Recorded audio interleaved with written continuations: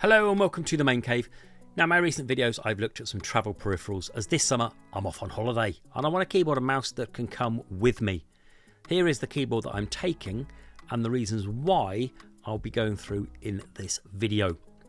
So if you're new here, we make regular videos on technology and gaming for your smart home, so please do consider subscribing, as we may make a video to make your life easier and I wouldn't want you to miss out. So do hit subscribe, I'd really appreciate it.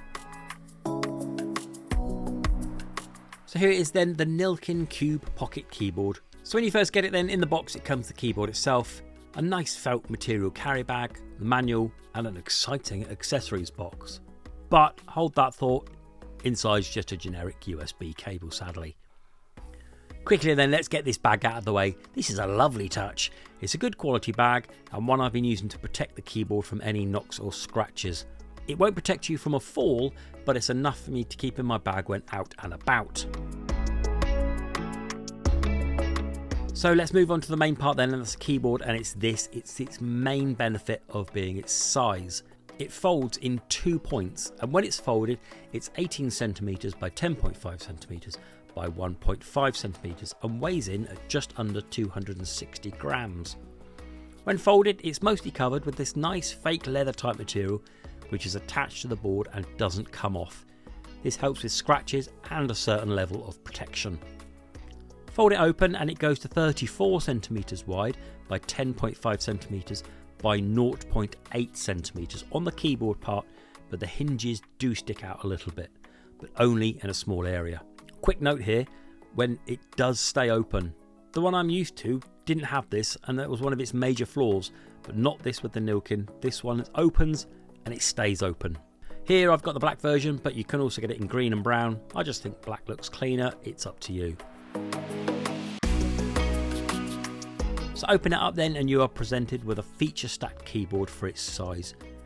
You can only get this via Bluetooth, and with this up to 3 devices which can easily be swapped with the press of the FN key and the Q, W or E for BT 1, 2 and 3 respectively. So with Bluetooth, don't expect to be gaming on this comfortably or precisely, but it never claims that, so just stick with what this is good at, and that's productivity. Whilst we're on the subject then, you can connect this to the Mac, iOS, Windows and Android, so you can have it on iPhone on 1, iPad on 2 and Windows on 3 if that's how you need it, or any combination. It's a 64 key layout with a pad on the right side, which I'm giving its own section on in a bit. The keys are flat, they claim silent, which we'll test in a second, and they are a common sized keycaps and completely flat with only a notch on the F and the J key. There is no backlight, and if there was, I reckon this would have made the battery life unusable, so I'm okay with that. When folded, you'll see the hinges hidden. This is superb, as my other foldable would chop the keys off.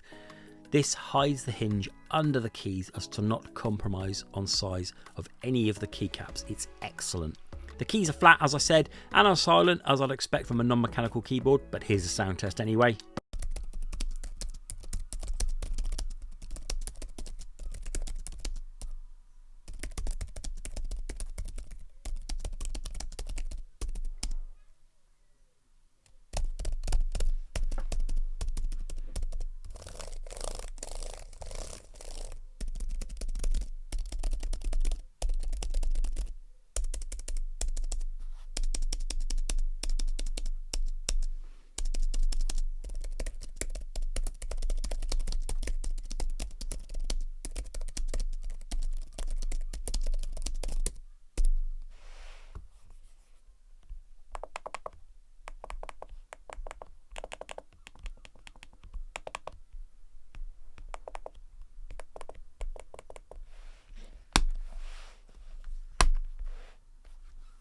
So within this then, there is one issue I've had, and it's just me and it's just my style of typing.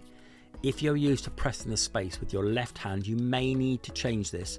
I had to change my muscle memory and only type with my right hand. This is due to the spacebar being about 2 centimeters shorter on both the left and the right side compared to a regular keyboard. This doesn't affect me with the right hand, as I usually click the space in the middle with it, but using my left, I usually click the far left of the spacebar, which I kept missing. As I said, it's definitely a me problem. On the right is an on-off switch, and above that is a USB-C charging port. This thing is good for 10 hours usage, which is enough for most people when going travelling, and you use a power bank to charge when needed. To check the battery, go to your FN key and press along that with the right command. The green battery LED then flashes you to tell you the charge state. It also glows red when charging, and it will turn off when full.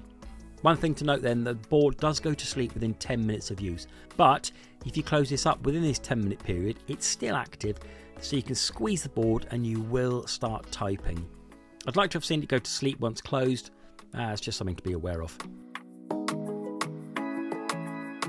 To connect to your preferred device, yes, you've guessed it, press FN and your desired Bluetooth channel, and then the blue LED flashes which one you selected. Now press FN again with C and it goes into pairing mode and instantly gets recognised in your Bluetooth settings, so just hit pair and you're in. One thing I really like about this keyboard is the number of functions it packs in. For example, screenshot, locking the Mac, media keys, number keys, search, battery indicator, page up brightness. I could go on. There's pretty much everything you need to go on in terms of shortcuts. You'll see some keys even have 4 different functions attached. These are accessed easily by pressing the key on its own, number 1, the FN and the key, number 2, the shift and the key is number 3, or the shift and the FN and the key, which is your 4th. It really is all pretty intuitive. Now let's take a look at that trackpad then. So this is dual function. It's a regular touchpad with built-in multi-touch swipes, and here's a list of the available options. But even better is this. Back to the old FN key, and then with that and plus the command key, you then get access to the number pad instead of the trackpad. Quickly switching between the two, took no muscle memory at all, and once I had that down I was flicking between the two with ease. I think the number pad is a great idea, and it makes so much easier than the numbers on the top row. So it's nice, it's light, it's thin, it feels good to type on. Just a couple of changes I'd like to see in version 2, of which I've mentioned. So let me know then, will you be getting one of these? Even at the pretty premium price, I'm pretty happy with it. It's a portable keyboard, and the amount of things stuffed into this makes it worth it for me. So let me know your thoughts then in the comments below. Please do hit like, please do subscribe. Until the next video. Bye bye.